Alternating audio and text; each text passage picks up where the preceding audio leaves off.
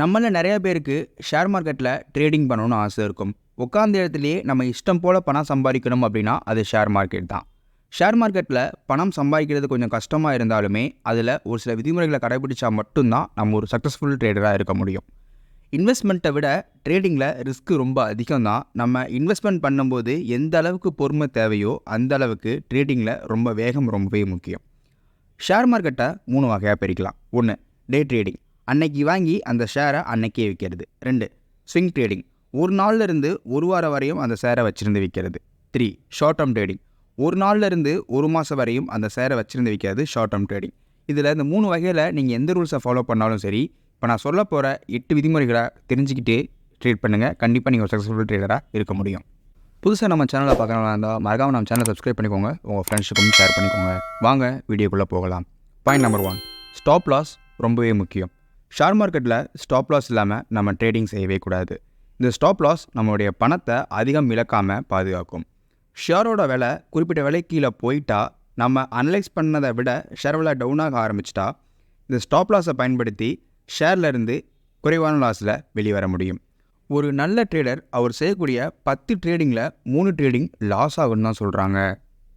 Point number 2, technical analysis follow பண்ணுறது ரொம்பவே முக்கியம். சில ட்ரேடர்கள் யாரோ கொடுக்கும் கால்ஸை பயன்படுத்தி ட்ரேடிங் செய்கிறாங்க. இதனால் அவங்களுக்கு அதிக இழப்புகள் வர வாய்ப்புகள் இருக்குது. டெக்னிக்கல் அனாலிசிஸ் தெரிஞ்சால் அந்த ஷேர் டிமாண்ட் இருக்கா, அதோட வால்யூம் என்னங்கிறது நம்மளுக்கு தெரிய வரும். இதை வச்சு அந்த ஷேர் விலை ஏறுமா இல்லை இறங்குமான்னு நமக்கு தெரிய வரும். டெக்னிக்கல் அனாலிசிஸ் தெரிஞ்சுக்கிறது ரொம்பவே அவசியமானது. நம்ம சில பேர் கோச்சிங் கிளாஸ் போய் இதுக்கு நம்ம தெரிஞ்சுக்கலாம், இல்லை சில புக்ஸ்லேயே ரொம்ப தெளிவாக அழகாக குறிப்பிட்டிருக்காங்க, அந்த புத்தகத்தை வாங்கி நம்ம படித்து தெரிஞ்சுக்கலாம். ஷேர் மார்க்கெட்டில் ஒரு ஷேரை கண்ணை மூடிட்டு வாங்கி விற்கிறது பெரிய இழப்பில் கொண்டு போய் விட்டுரும். ப்ராப்பராக டெக்னிக்கல் அனாலிசிஸ் தெரிஞ்சுட்டு ட்ரேடிங் பண்ணுறது நம்மளுக்கு ரொம்பவே லாபகரமாக இருக்கும். பாயிண்ட் நம்பர் 3, ட்ரெண்டை ஃபாலோ பண்ணுறது. பொதுவாக ஷேர் மார்க்கெட்டில் ட்ரெண்டை உங்கள் நண்பன்னு சொல்லுவாங்க. ஷேர் மார்க்கெட்டில் ட்ரெண்டை ஃபாலோ பண்ணி ட்ரேடிங்ஸ் பண்ணும்போது நம்மளுக்கு 90% லாபகரமாக இருக்க அதிக வாய்ப்புகள் இருக்குது.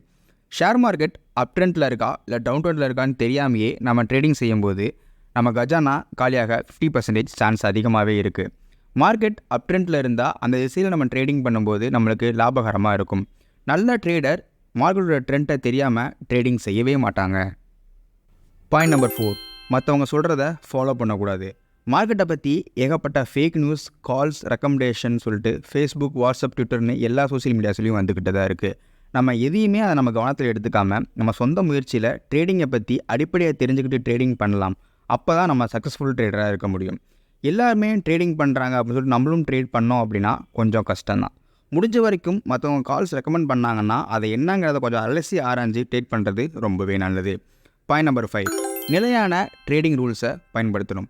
ஷேர் மார்க்கெட்டில் லாபம் சம்பாதிக்கிற நிறையா ட்ரேடர்ஸ் தனக்குன்னு ஒரு ரூல்ஸை ஃபாலோ பண்ணுறாங்க. அந்த ரூல்ஸை அடிக்கடி பிரேக் பண்ணிகிட்டு இருக்காமல் நம்ம என்ன ரூல்ஸை ஃபாலோ பண்ணுறோமோ அந்த ரூல்ஸை கடைசி வரையும் ஃபாலோ பண்ணி நம்ம ட்ரேட் பண்ணணும். எக்ஸாம்பிள், ஒருத்தவங்க 25% நம்மளுக்கு லாபம் கிடச்சா போதுன்னு சொல்லிட்டு அந்த ட்ரேடை விட்டு வெளியே வந்துடுவாங்க. சில பேர் இன்னும் நம்மளுக்கு அதிகமாக லாபம் வேணும்னு சொல்லிட்டு வெயிட் பண்ணிட்டு இருக்கிற பணத்தை இழந்துட்டு வெளியே வந்துடுவாங்க. பாயிண்ட் நம்பர் 6, ஆவரேஜ் மெத்தடை ஸ்டாப் பண்ணணும். ஷேரோட விலை ஏறும்னு எதிர்பார்ப்பில் நம்ம ஒரு ஷேரை வாங்கியிருப்போம். அதற்கு மாறாக அந்த ஷேர் விலை இறங்க ஆரம்பித்தா, ஸ்டாப் லாஸ்க்கும் கீழே வந்துட்டா அந்த ஒரு நல்ல ட்ரேடர் அந்த ஷேரை விட்டு வெளியே வந்துடுவாங்க.